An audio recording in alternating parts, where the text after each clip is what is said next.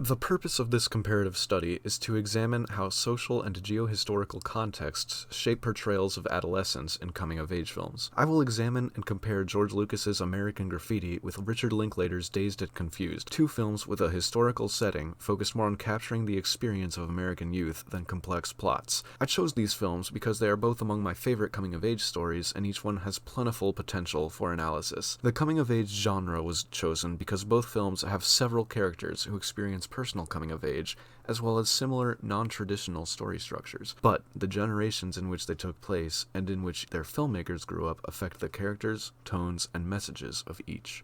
Coming of age is a genre focusing on adolescents as they transition from childhood to adulthood.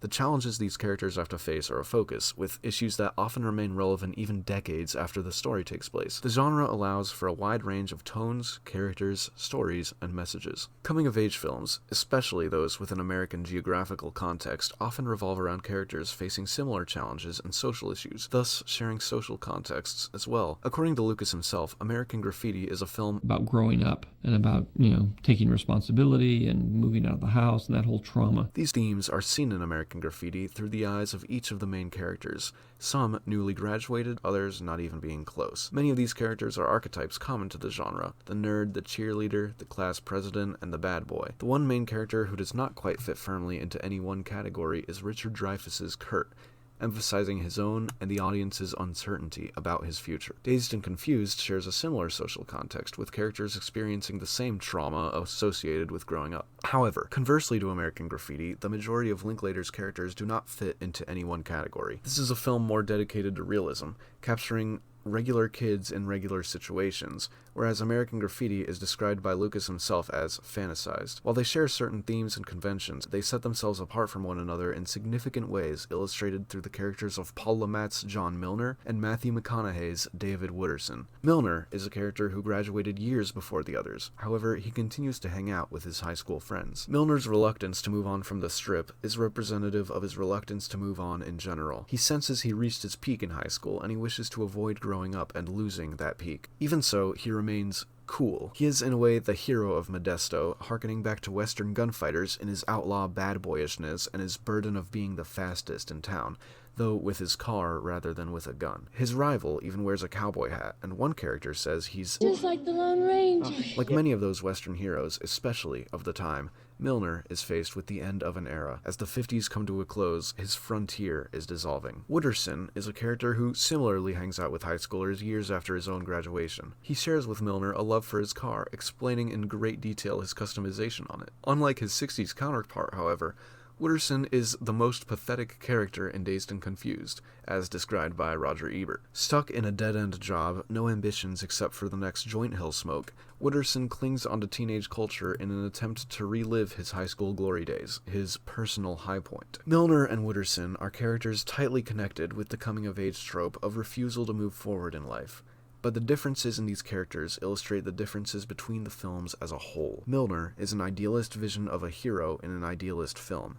American Graffiti's portrayal of Americana is distinctly tinted rose with nostalgia, utilizing its historical context of a more innocent time, a time pre-Vietnam, pre-Kennedy assassination, and pre-Watergate, when such heroes could still exist because America still believed in them. Wooderson, on the other hand, is from the midst of a decade defined by cynicism. As such, Linklater's approach is more grounded. There are no heroes in 1976, just people. Both may be characters avoiding their own coming of age, but Milner is a vestige of an almost bygone era, while Wooderson is just a loser who can't move on, reflecting the different tones and messages from different historical contexts.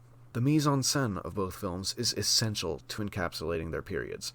The use of cars in particular is a necessity for any era of teen culture. Cars for teenagers, thus for coming-of-age films, are a means of freedom and a status symbol for teens. Cars are one of the primary elements of American Graffiti. Lucas set out to paint a picture of the period's cruising culture, where teens slowly drove down a strip in town to talk, hang out, race, and whatever else teenagers do. Lucas places the spotlight on the custom culture of that time and place in history, focused on customizing cars for self-expression and to rebel against conformity. Because of of this focus on customization, the film's mise-en-scène gives clear reflections of each character's personality through their cars. Perhaps most iconically is Milner's yellow 32 Ford, aka the Deuce. It is introduced even before Milner himself, first with the engine's roar heard off-screen, then a tracking shot with the character shrouded in the low-key lighting within the vehicle. Jack DeWitt calls the Deuce a timeless car and the ride of the American outlaw. For decades, this car was the quintessential hot rod, and Milner's customizations, such as the exposed engine, make it unmistakably his own. Still, it is from 30 years before the film's setting, a relic from a different time, much like Milner himself, underlining the film's themes of changing times.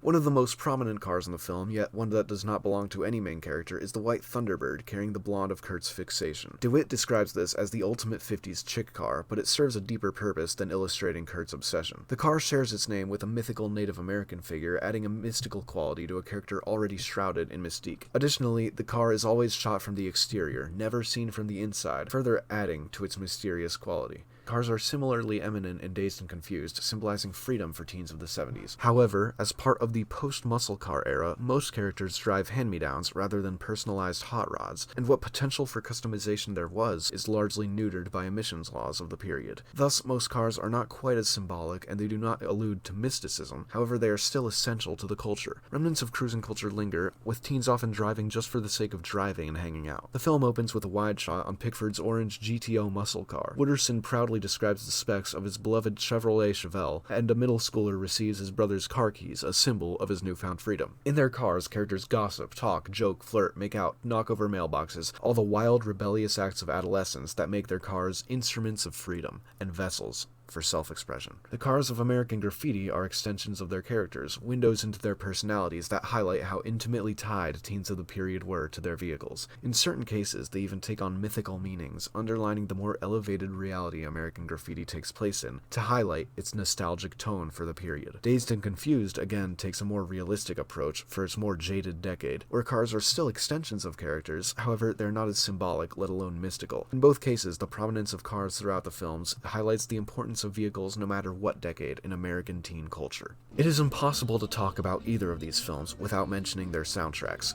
Both films lack a traditionally composed score, instead opting for period-accurate music that teens at the time would have really listened to. David Shumway contends that music is the key ingredient to producing nostalgia in a film, and in immersing the audience in the atmosphere of a period. The music of American Graffiti is largely diegetic, with the same songs being played on the radio between the many different cars, one of the only components linking the film's separate storylines. Despite the film being set in 1962, the bulk of the songs are from the 50s, emphasizing the film's nostalgic feel. One of the latest releases from the soundtrack is the Beach Boys' Surfin' Safari, which came out the year the film takes place. Milner turns this song off, proclaiming his hatred for, quote, that surfin' shit, once again displaying the reluctance of moving on. Furthermore, David Shumway points out that the songs used are not entirely accurate of what would have been on the radio, more of a highlight reel from the Billboard Top 100, an idealized version of 50s music for an idealized vision of the 50s. In addition to the immersion they provide, the songs used often have a deeper meaning within the scene they're used in. For example, Mark Weidenbaum notes the on-point lyrics of Crying in the Chapel as Kurt visits the radio station. I searched and I searched, but I couldn't find no way on earth to gain peace of mind. Kurt searches and searches for the blonde in the Thunderbird, emblematic of his deeper search for meaning, but his struggle to find her, thus find a meaning, is, at this point in the film, fruitless. This provides just one example of the thoughtful song choices throughout American Graffiti. Roger Ebert describes the music of American Graffiti as innocent, especially compared to the aggression of rock just a few years later. That aggression is the focal point of Linklater's Dazed and Confused soundtrack. Like Lucas, Linklater set out to portray the music of his adolescence faithfully, though rather than to create an immersive or nostalgic atmosphere, he just picked the tunes he liked, dude. Still, the soundtrack has meaning behind it. The more aggressive, rebellious music from the likes of Aerosmith, Alice Cooper, and a plethora of other bands is representative of the similarly rebellious culture of the period. In the era of heavy rock and roll, the youth of America grew more countercultural than ever before. Jim DeRogatis points out that the type of rock music prevalent in Linklater's film is made for headbanging, not analysis. Its strength lies not in deeper meanings, but in the ability to simply rock out, which is a deeper meaning in and of itself. Still, that doesn't mean the soundtrack lacks depth. The film closes with Foghat singing, "Slow ride, take it easy," driving the point home that life is a slow ride from one place to the next, and the best thing to do is take it easy.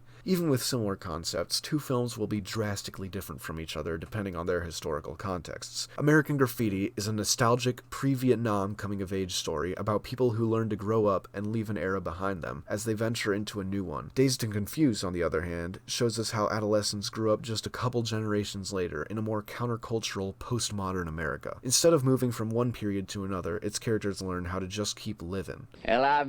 Livin. No matter what decade, however, the genre's themes remain timeless, as teenagers have always and will always continue to struggle in their search for themselves.